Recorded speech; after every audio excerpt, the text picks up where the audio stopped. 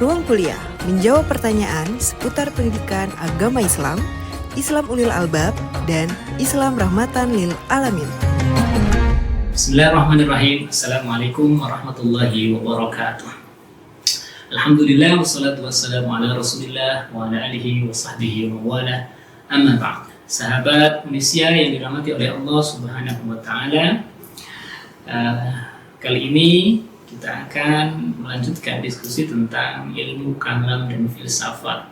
Jika di dua video sebelumnya kita telah menyampaikan tentang ilmu kalam seperti apa dan lahirnya dan pentingnya ilmu kalam, maka bagaimana sih ilmu kalam dengan filsafat ini? Karena kadang ini sering dan nyata, saya kadang ditanya tentang ketika membicarakan ilmu kalam, kemudian mengatakan Anda itu jangan berfilsafat seperti orang Barat, karena antipati terhadap filsafat dan ilmu kalam itu sendiri.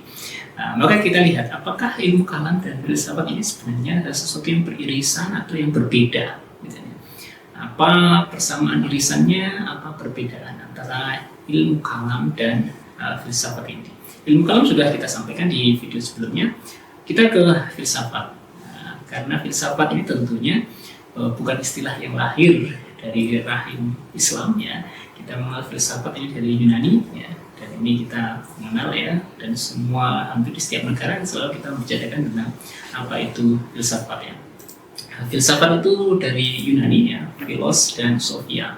Philos itu cinta, sophia itu bijaksana. Artinya apa? Cinta akan kebijaksanaan. Ini makna dari filsafat. Descartes mendefinisikan filsafat itu sebagai kumpulan ilmu pengetahuan tentang Tuhan, alam, dan manusia. Kalau di pertemuan sebelumnya kita mengkaji objek dari ilmu kalam, itu ada 3. Ilmu kalam itu yang berkaitan dengan sam'iyat, berkaitan dengan ilahiyat, ya, nububiyah, ya, tentang kenabian, nabi dan yang berkaitan dengannya, Tuhan dan berkaitan dengan sifat-sifat, ya, dan dalil keberadaannya, dan sam'iyat, kabar-kabar yang berkaitan juga, karena kabar ini berasal dari wahyu, dan wahyu itu berasal dari ketuhanan itu sendiri. Sebenarnya ini adalah sangat berkaitan. Artinya ketiga-tiganya berkaitan dengan bagaimana kita, objeknya adalah berkaitan dengan ketuhanan itu sendiri. Sedangkan kalau filsafat itu lebih mungkin luas, ya, bisa tentang ketuhanan, bisa alam, ya, bisa manusia, dan seterusnya. Ini Descartes, ya. Immanuel Kant itu mendefinisikan filsafat sebagai ilmu pengetahuan yang menjadi pokok dan pangkal dari segala pengetahuan. Makanya kita menyebut bahwa filsafat adalah ibu dari semua ilmu pengetahuan. Kita juga tidak heran kalau ulama-ulama kita terdahulu itu pasti seorang filosof. Ibnu Sina, ya, Al-Khwarizmi, Ibnu Rushd, dan yang lainnya, Ghazali, ya. Ulama-ulama kita terdahulu, ya, apalagi ulama-ulama kita di masa kejayaan Islam, semuanya adalah filosof. Jadi semuanya filosof dan dokter, kemudian mutakalim dan seterusnya, filosof, faqih, usuli dan seterusnya, filosof, muhaddis dan seterusnya. Karena tadi bagaimana disampaikan Immanuel Kant bahwa filsafat ini adalah pangkal dari segala pengetahuan. Maka ada 4 hal menurut Immanuel Kant, ya. Apa yang dapat manusia ketahui, apa yang seharusnya diketahui manusia, etika, ya. Kalau tadi metafisika, sampai di mana harapan manusia, dan apakah manusia itu sendiri. Ini adalah kajian-kajian terkait dengan filsafat. Maka ada beberapa ciri filsafat, ya, cara berpikir filsafat. Yang pertama radikal.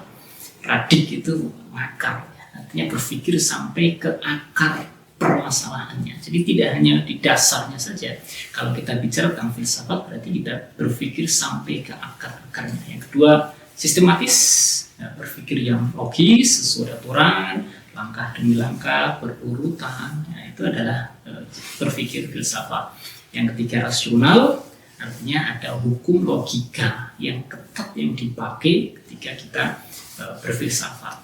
Dan yang keempat adalah universal, artinya berpikirnya menyeluruh, tidak terbatas pada bagian tertentu. Kalau bagian berarti aspeknya, Kalau aspek berarti sudah menjadi keilmuan nanti. Nah, kalau filsafat itu lebih universal. Kalau nanti sudah sampai pada aspek tertentu berarti menjadi keilmuan.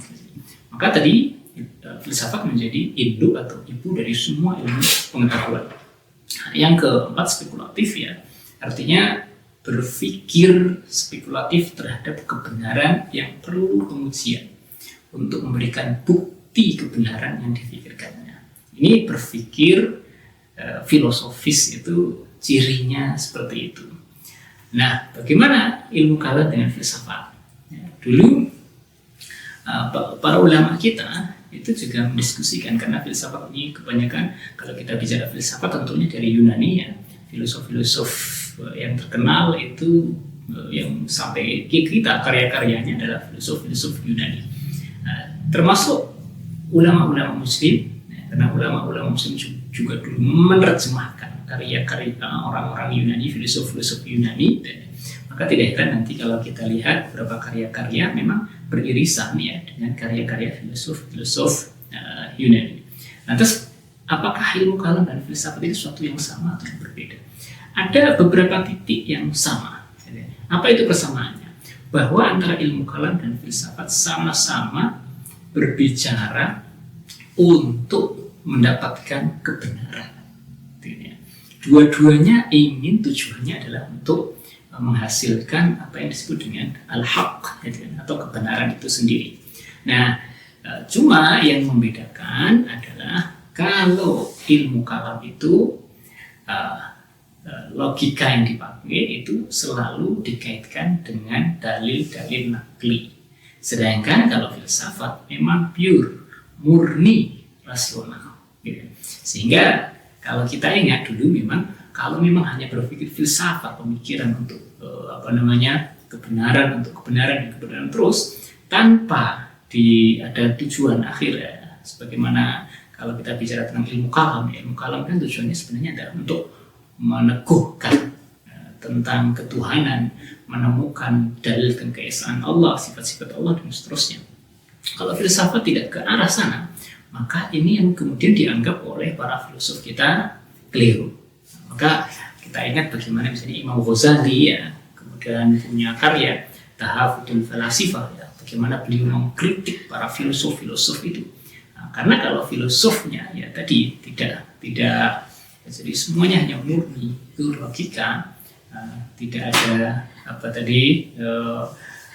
tidak ada tujuan untuk menemukan sampai mendekatkan diri kepada Allah Subhanahu wa taala atau menemukan kebenaran, menemukan dalil tentang keesaan Allah dan seterusnya, maka itu yang menjadi keliru dan dianggap keliru oleh ulama-ulama terdahulu.